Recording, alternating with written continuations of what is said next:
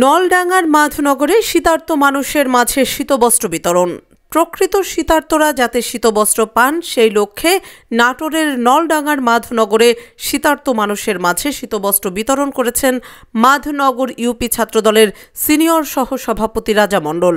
মঙ্গলবার 14 জানুয়ারি বেলা 11টার দিকে ইউনিয়নের মৃধাপাড়া, সারভিটা, পুকুরপাড়া সহ ইউনিয়নের বিভিন্ন এলাকায় দুস্থ ও অসহায় মানুষের মাঝে শতাধিক শীতবস্ত্র বিতরণ করা হয়। এ সময় উপস্থিত ছিলেন মাধনগর ইউপি বিএনপি যুগ্ম সাধারণ সম্পাদক মানিকুজ্জামান বিদ্যুৎ, মাধনগর ইউপি ছাত্রদলের সভাপতি রাজু সর্দার, আতিকুর রহমান সহ প্রমুখ। এই ছাত্রদল নেতা বলেন, তারুণ্যের অহংকার আমাদের আইকনিক প্রিয় নেতা তারেক রহমানের নির্দেশে জনগণের শীত নিবারণের লক্ষ্যে আমার ক্ষুদ্র প্রচেষ্টা। প্রাণপ্রিয় সংগঠন ছাত্রদল ও বিএনপি সর্বদা জনসাধারণের সঙ্গে রয়েছে। জনগণের কল্যাণে আমরা কাজ করে চলেছি। মাহমুদুল, কুমিল্লা ক্রাইম বার্তা।